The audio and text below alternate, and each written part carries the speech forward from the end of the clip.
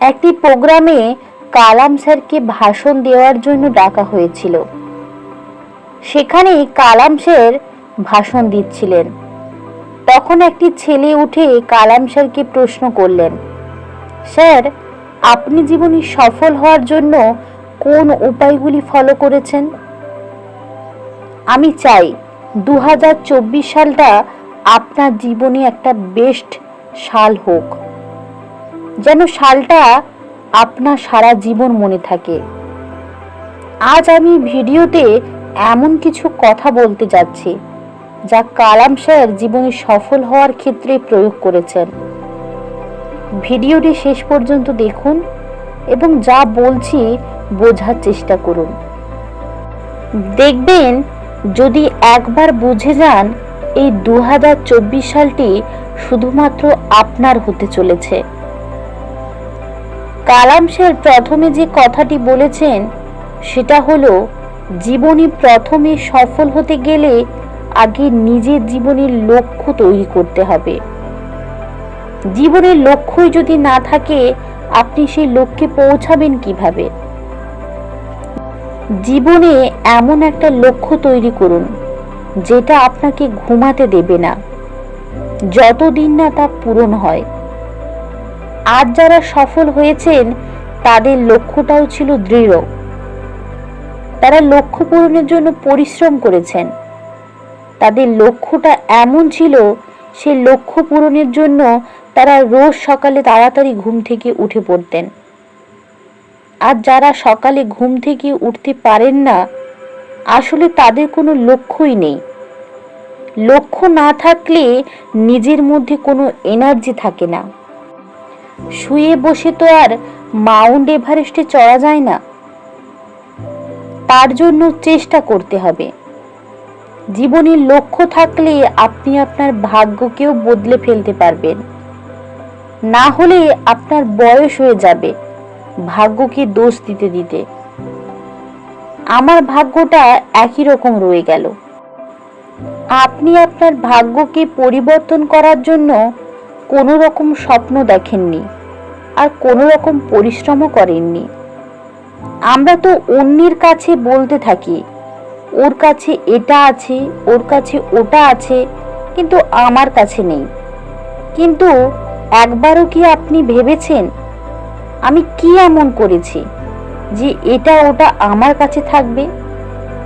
সবসময় মনে রাখবেন, লক্ষ্য ছাড়া কখনো জীবনে সফল হওয়া যায় না।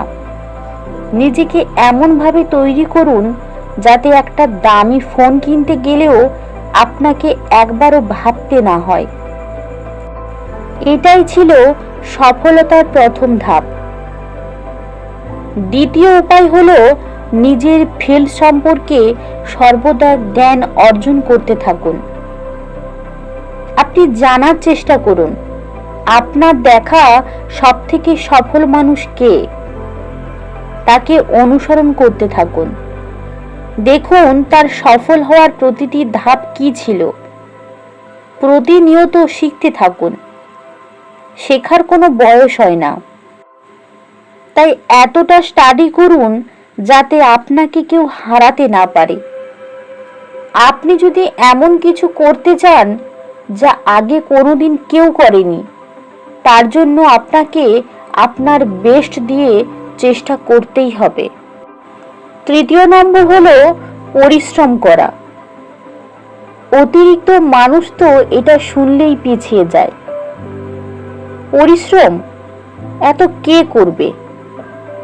একটা কথা মাথায় রাখুন, পরিশ্রম কিন্তু সফলতার মূল মন্ত্র, যেটা আপনাকে সফলতার চূড়াতে পৌঁছে দেবে।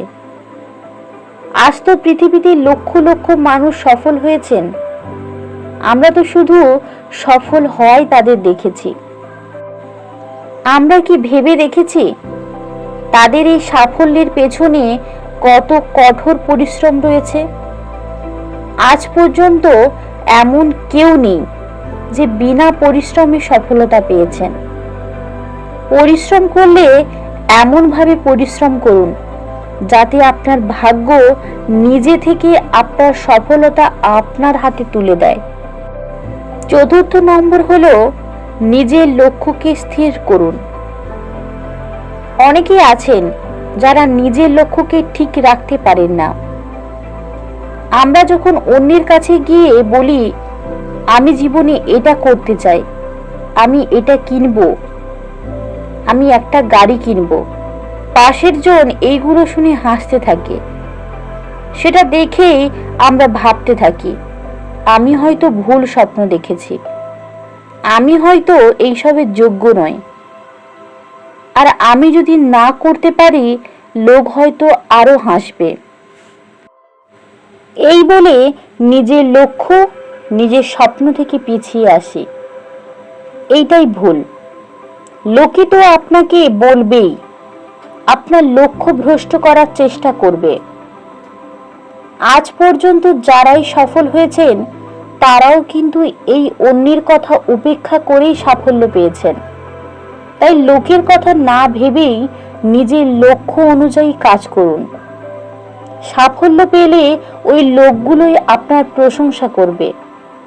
সবসময় চেষ্টা করবেন অন্যের অনুপ্রেরণার হওয়ার, যাতে লোকে দেখিয়ে বলতে পারে, হতে হলে ওই মানুষটার মতো হও। ভিডিওটি কেমন লাগলো অবশ্যই কমেন্ট করে জানাবেন। বন্ধুদের সাথে শেয়ার করুন। আমার চ্যানেলে যদি নতুন হয়ে থাকেন সাবস্ক্রাইব করে পাশের বেল আইকনে ক্লিক করে রাখুন সবার আগে ভিডিও পাওয়ার জন্য। সবাই ভালো থাকুন, সুস্থ থাকুন আর সবাইকে ভালো রাখুন। ধন্যবাদ।